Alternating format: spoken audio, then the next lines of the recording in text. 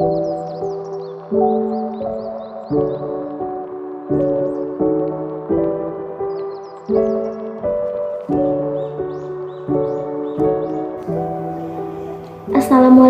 warahmatullahi wabarakatuh. Perkenalkan, saya Inul Hemeto dari kelas B Akuntansi. Dalam video kali ini, saya akan membahas materi tentang laporan keuangan.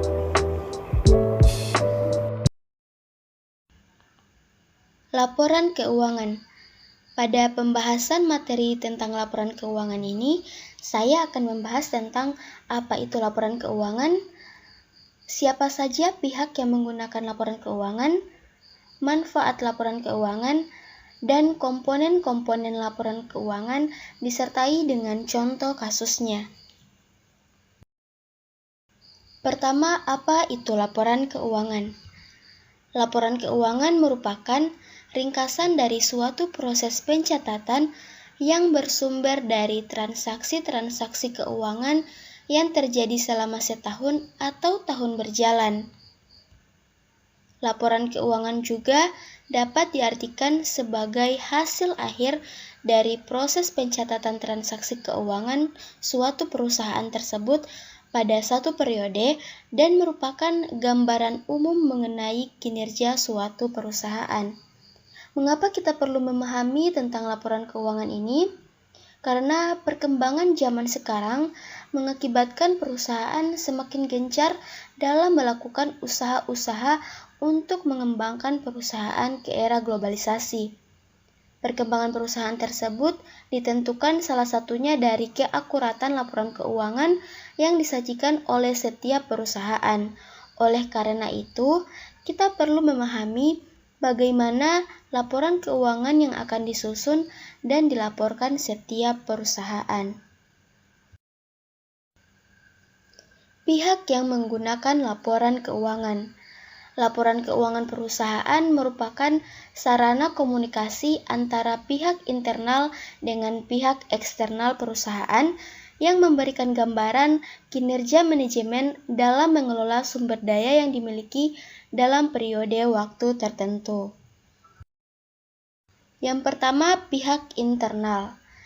Dari pihak internal sendiri tentu saja manajer menggunakan laporan keuangan guna mengevaluasi kinerja diri mereka sendiri, sekaligus merencanakan langkah-langkah strategi dalam menjalankan operasional perusahaan ke depannya. Kemudian yang kedua, pihak eksternal terbagi atas 3. Yang pertama itu ada pemerintah, dalam hal ini diwakili oleh Ditjen Pajak, memerlukan laporan keuangan sebagai sumber informasi dalam menentukan besarnya kewajiban pajak suatu perusahaan. Kemudian yang kedua, bank dan institusi keuangan lain menggunakan laporan keuangan untuk menilai layak tidaknya perusahaan diberi fasilitas pinjaman. Kemudian yang ketiga, ada kreditur seperti supplier, vendor, dan prinsipal menggunakan laporan keuangan untuk menilai layak tidaknya perusahaan diberi fasilitas pembelian secara kredit. Selanjutnya, manfaat laporan keuangan. Laporan keuangan sendiri berguna bagi pihak internal dan eksternal perusahaan karena beberapa alasan berikut. Yang pertama, untuk menilai kemampuan perusahaan menghasilkan uang, mengetahui sumbernya, dan bagaimana uang tersebut digunakan. Yang kedua, untuk menilai kemampuan perusahaan mengembalikan pinjaman kepada si pemberi dan pengembalian investasi berikut laba yang dihasilkan kepada pemilik modal. Kemudian yang ketiga, untuk menilai potensi laba masa mendatang yang akan diperoleh perusahaan tersebut. Selanjutnya, komponen laporan keuangan. Menurut standar akuntansi keuangan yang berlaku di Indonesia, terdapat 5 jenis laporan keuangan yang lengkap biasa digunakan, terdiri dari yang pertama, laporan laba rugi, yang kedua, perubahan modal, yang ketiga, neraca, yang keempat, laporan arus kas, dan yang kelima, catatan atas laporan keuangan. Kelima jenis laporan tersebut memiliki fungsi dan peranan tersendiri dalam agenda pelaporan keuangan pada suatu perusahaan atau bisnis. Biasanya, setiap perusahaan memiliki kebutuhan masing-masing sehingga penggunaan laporan-laporan tersebut berbeda-beda. Penggunaan harus didasari oleh kebutuhan perusahaan, maka penting bagi bagian akuntansi untuk mengetahui fungsi dari masing-masing jenis laporan keuangan secara jelas. Selain itu, para staf akuntansi juga harus menyiapkan susunan laporan yang berkesinambungan satu dengan yang lain agar proses informasi keuangan di perusahaan menjadi tertata dengan baik. Untuk mengetahui secara detail tentang komponen-komponen laporan keuangan yang ada, berikut ulasan lengkapnya. Yang pertama yang akan dibahas pada komponen laporan keuangan ini yaitu laporan laba rugi. Laporan laba rugi merupakan laporan yang menunjukkan posisi pendapatan dan beban yang mana selisih yang terjadi akan diakui sebagai laba atau rugi. Laporan laba rugi adalah suatu laporan yang menjelaskan tentang kinerja keuangan suatu entitas bisnis dalam satu periode akuntansi. Komponen laba rugi yaitu yang pertama ada pendapatan, kemudian yang kedua ada biaya-biaya, kemudian yang ketiga laba, dan yang keempat rugi. Tujuan laporan laba rugi. Yang pertama, untuk menghitung jumlah pajak yang ditanggung oleh suatu perusahaan. Jadi, setelah kita melihat laporan laba rugi, kita dapat menghitung berapa jumlah pajak perusahaan tersebut. Kemudian yang kedua, untuk pengecekan histori perolehan laba atau rugi dari waktu ke waktu sebagai evaluasi bagi manajemen perusahaan. Jadi, perusahaan itu dapat mengetahui bagaimana tahun-tahun sebelumnya apakah perusahaan tersebut mengalami laba atau rugi. Nanti ini bisa digunakan sebagai bahan evaluasi dalam mengambil keputusan oleh pihak-pihak yang berkepentingan dalam suatu perusahaan. Kemudian yang ketiga, untuk mengecek efisiensi dan efektivitas usaha berdasarkan pada nilai biaya usaha. Jadi, melalui laporan laba rugi ini, kita dapat mengetahui biaya yang dikeluarkan oleh perusahaan apakah sudah hemat dan tepat dalam penggunaannya atau belum. Kalau ada yang bisa dihemat lagi, nanti perusahaan bisa mengevaluasi lagi biaya yang dikeluarkan supaya keuntungan yang didapat perusahaan itu bisa meningkat. Selanjutnya, bentuk penyajian laporan laba rugi. Yang pertama ada bentuk single step atau satu tahap, adalah laporan laba rugi yang disajikan dengan satu tahap. Pos-pos penghasilan dikumpulkan tanpa mempedulikan sumber pendapatan tersebut dari kegiatan usaha ataupun di luar usaha. Demikian pula pos-pos beban tidak perlu dipisahkan antara beban usaha dan beban di luar usaha. Dengan demikian, laba rugi periodik diperoleh langsung dengan menyelisihkan segenap pendapatan dengan segenap beban. Untuk lebih jelasnya, berikut contoh penyajian laporan laba rugi bentuk single step. Dari contoh ini kita bisa melihat bahwa seluruh pendapatan dikelompokkan dan dijumlahkan. Kemudian seluruh beban juga dikelompokkan dan dijumlahkan.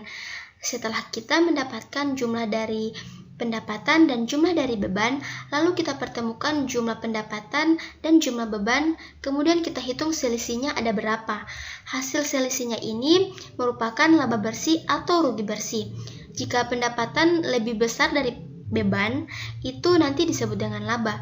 Akan tetapi, jika pendapatan itu lebih kecil dari beban yang terjadi dalam perusahaan, ini nanti dinamakan dengan rugi.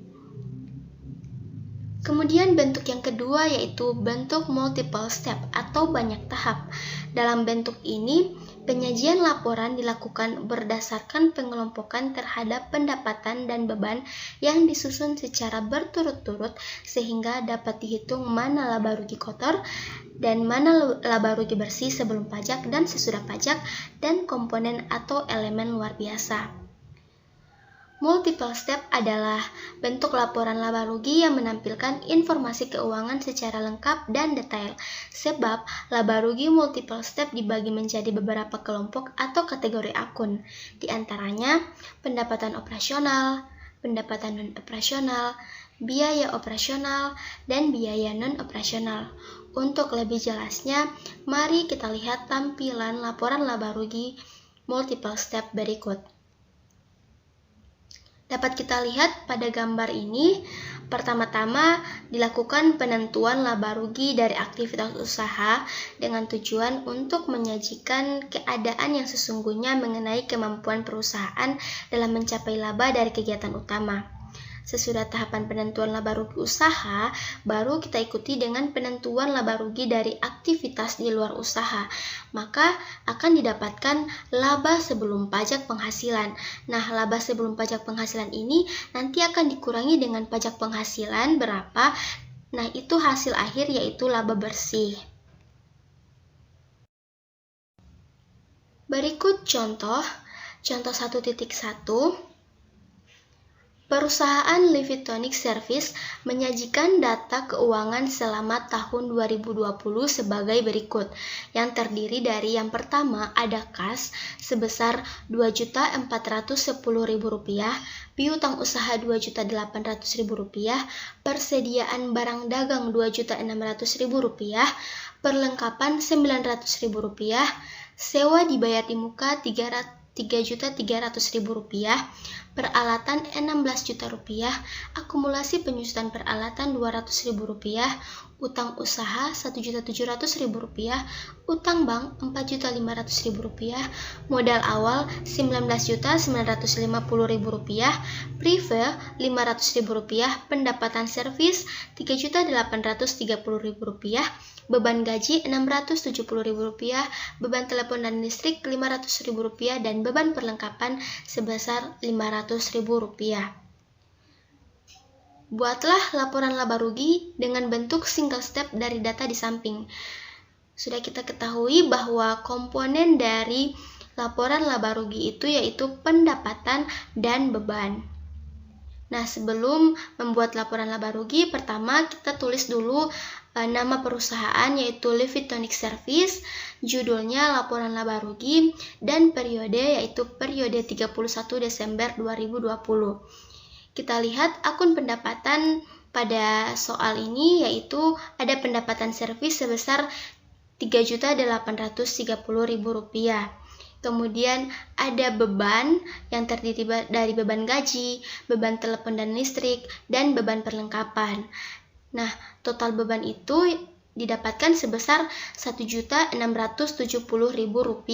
Nah, total pendapatan sebesar Rp3.830.000 nanti dikurangi dengan beban sebesar Rp1.670.000, maka didapatkan laba bersih sebesar Rp2.160.000. Mengapa terjadi laba? Karena kita lihat di sini bahwa pendapatan lebih besar dari beban. Komponen yang kedua dari laporan keuangan yaitu laporan perubahan modal. Laporan perubahan modal adalah laporan yang di dalamnya terdapat informasi tentang perubahan modal atau ekuitas perusahaan pada periode tertentu. Jadi, laporan perubahan modal ini menggambarkan adanya perubahan modal pada suatu modal entitas. Laporan ini dapat memberikan informasi seberapa besar terjadi perubahan modal dan apa saja yang menyebabkan terjadinya perubahan modal tersebut. Tujuan laporan perubahan modal yang pertama untuk dapat mengikhtisarkan aktiva pembayaran dan investasi serta dana yang dihasilkan selama satu periode akuntansi. Yang kedua, menyajikan pengungkapan perubahan modal. Unsur atau komponen laporan perubahan modal ini yaitu yang pertama ada laba tidak dibagi awal periode atau per awal tahun. Maksudnya di sini adalah modal awal perusahaan. Kemudian yang kedua ada laba neto periode akuntansi. Yang ketiga ada dividen yang diumumkan.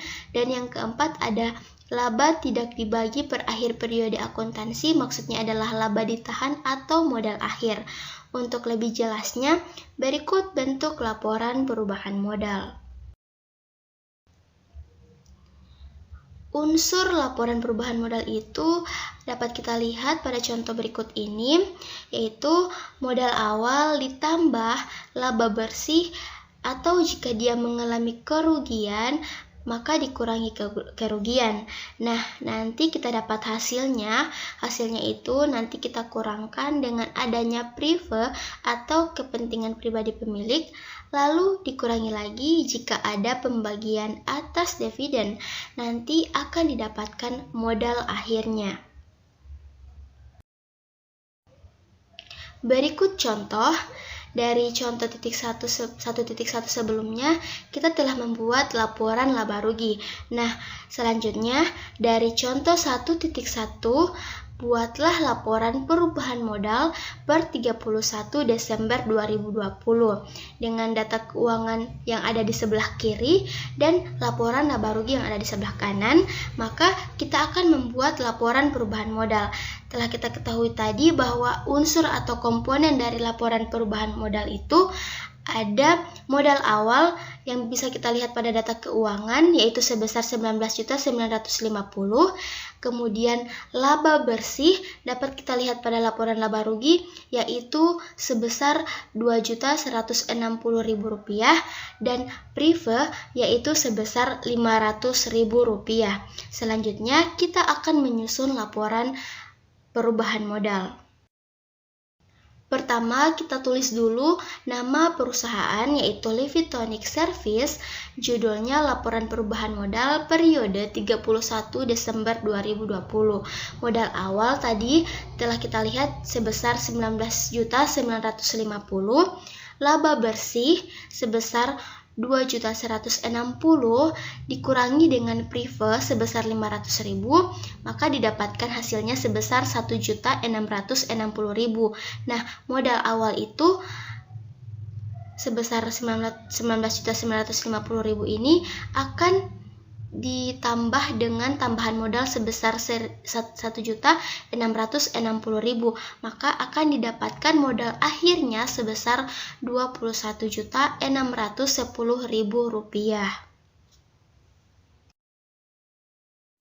Yang ketiga, laporan neraca. Neraca adalah laporan yang menunjukkan keadaan keuangan suatu perusahaan pada periode tertentu. Keadaan keuangan tersebut akan ditunjukkan dengan membandingkan aktiva dengan pasiva. Dengan kata lain, seberapa besar kemampuan pasiva dalam memenuhi kebutuhan aktiva. Elemen atau komponen laporan neraca pada umumnya dikelompokkan berdasarkan tingkat kelancaran dan ketidaklancaran. Elemen laporan neraca itu yang pertama ada aktiva, yang terdiri dari aktiva lancar seperti kas, surat berharga, piutang, persediaan, biaya-biaya dibayar di muka, dan perlengkapan. Kemudian ada investasi jangka panjang yang terdiri dari aktiva tetap berwujud seperti peralatan, bangunan, dan tanah, dan aktiva tak berwujud seperti paten, goodwill, franchise, dan hak cipta. Kemudian elemen yang kedua yaitu kewajiban. Ada kewajiban lancar seperti utang dagang, utang wesel, utang gaji, utang pajak, utang beban, dan utang dividen. Dan ada kewajiban jangka panjang seperti utang obligasi, utang hipotek, dan utang wesel jangka panjang.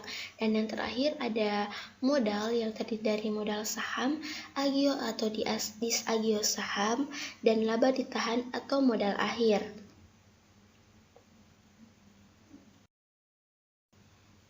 Selanjutnya bentuk penyajian neraca.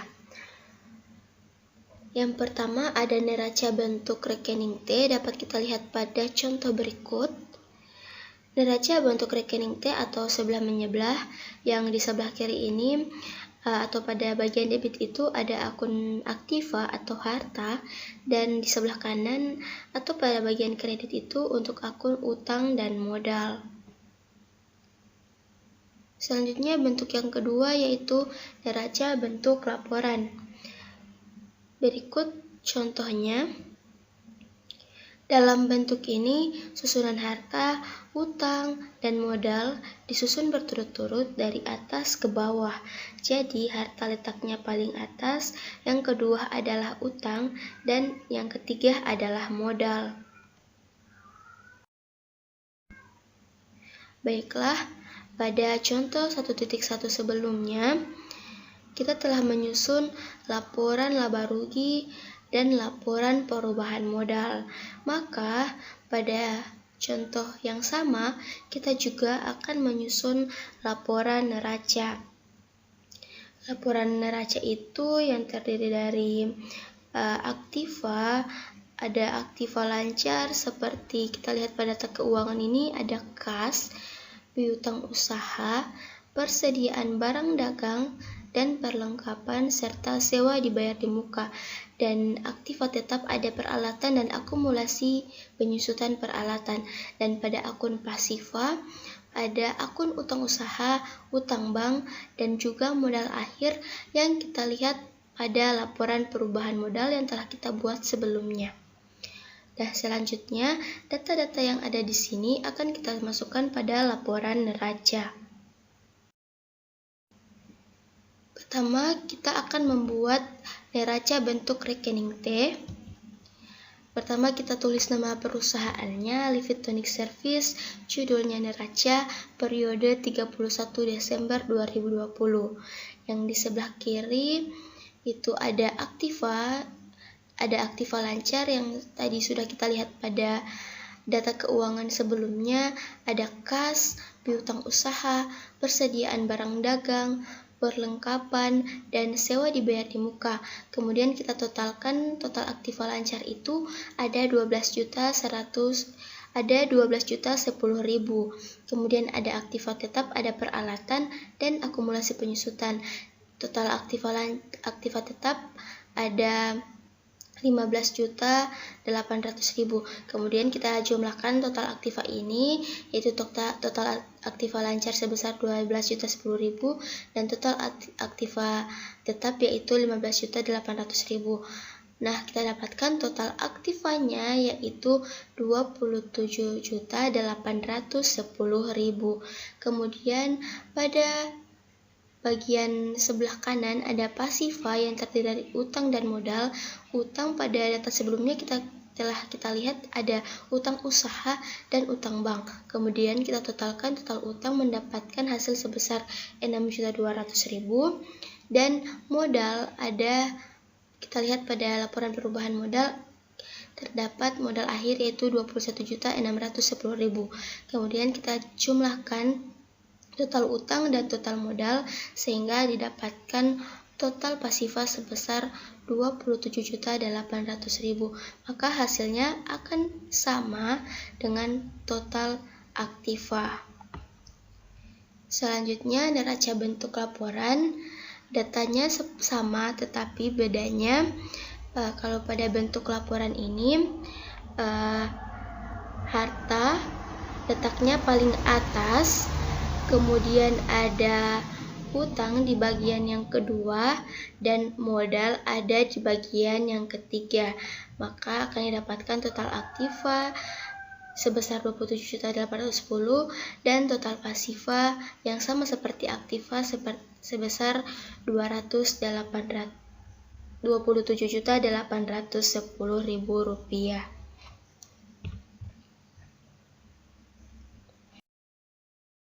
Selanjutnya yang keempat, laporan arus kas.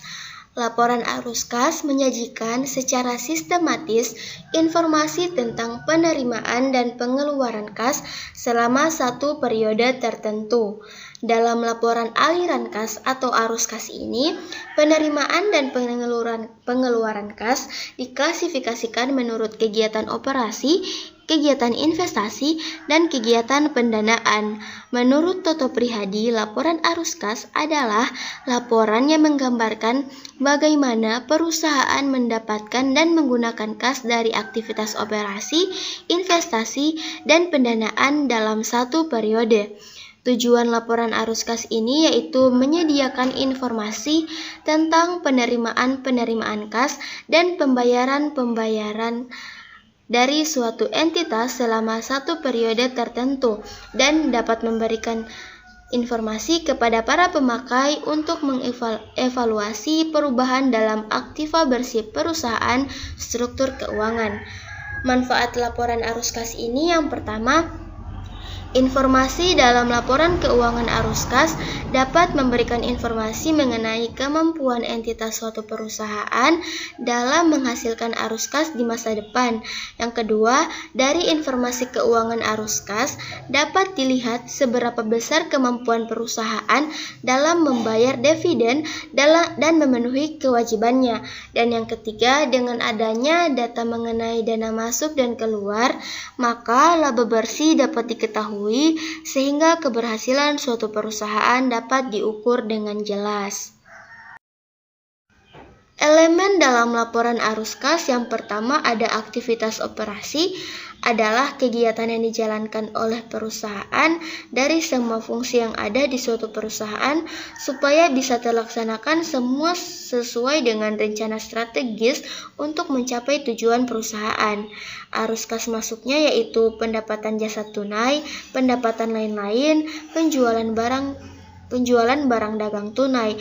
Kemudian arus kas keluarnya yaitu ada beban gaji, beban administrasi, beban lain-lain, pembayaran pajak, pembelian barang dagang tunai, pembelian perlengkapan tunai, retur penjualan tunai, dan pelunasan utang kepada pelanggan atau supplier. Yang kedua ada aktivitas investasi, adalah semua aktivitas perolehan dalam pelepasan aktiva jangka panjang dan investasi lain yang tidak termasuk ke dalam kelompok setara kas. Aliran kas masuknya yaitu berupa penjualan aset tetap dan aset jangka panjang lainnya secara tunai, dan arus kas keluarnya seperti pembayaran aset tetap dan aset jangka panjang lainnya secara tunai. Kemudian yang ketiga, aktivitas pendanaan adalah suatu cara yang dilakukan oleh suatu perusahaan dengan tujuan untuk mendapatkan dana untuk memenuhi berbagai kebutuhan perusahaan. Arus kas masuknya yaitu ada setoran modal pemilik, utang bank, dan penerbitan saham obligasi. Dan arus kas keluarnya berupa prive, pelunasan utang kepada bank, dan pembayaran kepada pemegang saham lainnya. Berikut format laporan arus kas. Pertama, dihitung dulu arus kas dari aktivitas operasi, kemudian arus kas dari kegiatan investasi, dan arus kas dari kegiatan pendanaan. Setelah itu semuanya dijumlahkan, maka akan didapatkan hasil akhirnya yaitu arus kas bersih. Pada contoh 1.1 sebelumnya kita telah membuat laporan laba rugi, perubahan modal, dan neraca. Nah, sekarang kita akan membuat laporan arus kasnya. Data yang diperlukan untuk membuat laporan arus kas ini yang pertama ada laporan laba rugi yang telah kita buat sebelumnya.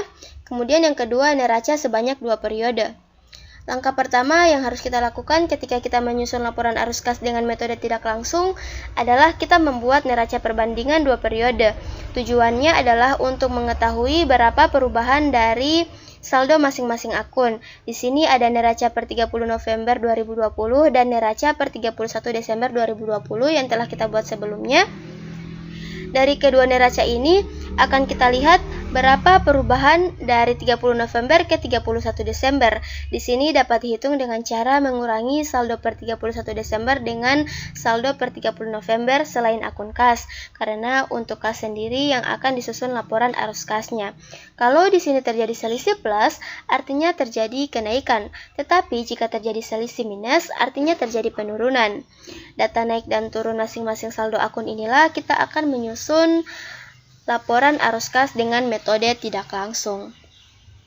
Pertama, ditulis dulu nama perusahaannya, yaitu Livitonic Service, judulnya laporan arus kas, periode 31 Desember 2020.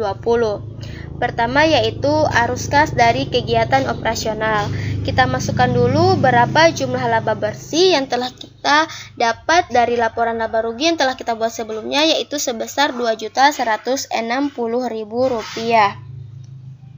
Kemudian ditambah yang pertama beban penyusutan sebesar Rp50.000, penurunan persediaan barang dagangan sebesar Rp900.000, penurunan perlengkapan Rp300.000, dan penurunan sewa dibayar di muka Rp300.000. Kemudian dijumlahkan didapatkan hasilnya Rp1.550.000. Kemudian selanjutnya dikurangi kenaikan piutang usaha sebesar Rp500.000 dan penurunan utang usaha sebesar Rp700.000. Didapatkan jumlahnya Rp1.200.000. Nah, kemudian dijumlahkan arus kas bersih kegiatan operasional itu Rp2.160.000 ditambah Rp1.550.000 dan dikurangi Rp1.200.000, maka arus kas bersih kegiatan operasional yaitu Rp2.510.000. Selanjutnya, kita masukkan arus kas dari kegiatan investasi, yang mana kegiatan investasi sini hanya ada satu, yaitu kenaikan dari peralatan. Naiknya peralatan ini berarti ada investasi tambahan, artinya ada pembelian. Berarti ini asumsinya adalah arus kas keluar dari kegiatan investasi sebesar Rp1 juta. Kemudian berikutnya arus kas kegiatan pendanaan. Di sini kita lihat ada utang bank. Di sini ada mengalami penurunan, berarti di sini penurunan utang bank.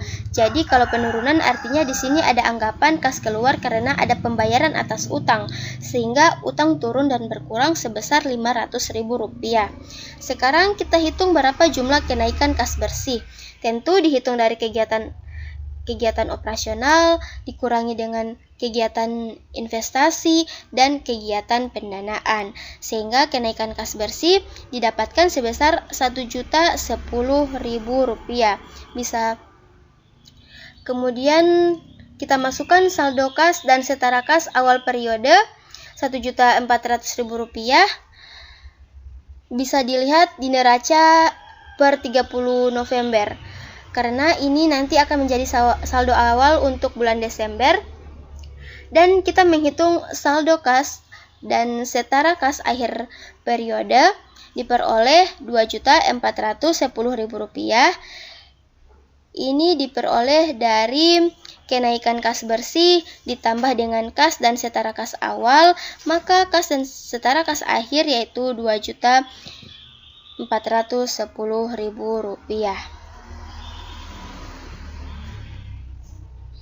Dan jumlah saldo kas dan setara kas akhir periode ini harus sama dengan di neraca saldo periode 31 Desember, yaitu sebesar, bisa dilihat di sini, yaitu Rp2.410.000, maka sama jumlahnya.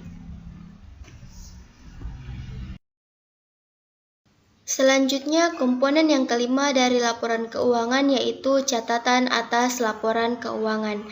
Catatan atas laporan keuangan adalah laporan keuangan yang berisi informasi tambahan atas apa yang disajikan dalam laporan posisi keuangan, laporan pendapatan komprehensif, laporan laba rugi terpisah, laporan perubahan ekuitas, dan laporan arus kas. Laporan ini akan menyajikan setiap komponen-komponen yang tidak disajikan dalam laporan keuangan sebelumnya.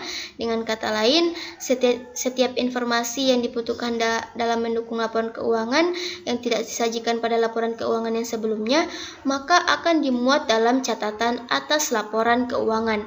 Contohnya, jatuh tempo bunga, besarnya bunga per tahun, metode penyusutan yang digunakan, umur ekonomis, dan kebijakan akuntansi yang digunakan. Tujuan catatan atas laporan keuangan ini yaitu yang pertama, memberikan informasi sumber daya, yang kedua, memberikan informasi potensi penghasilan, yang ketiga, dasar pengambilan keputusan, yang keempat, melaporkan efektivitas dan efisiensi pengelolaan, yang kelima, meningkatkan pemahaman pengguna akhir, dan tujuan lainnya. Demikian video dari saya. Wassalamualaikum warahmatullahi wabarakatuh.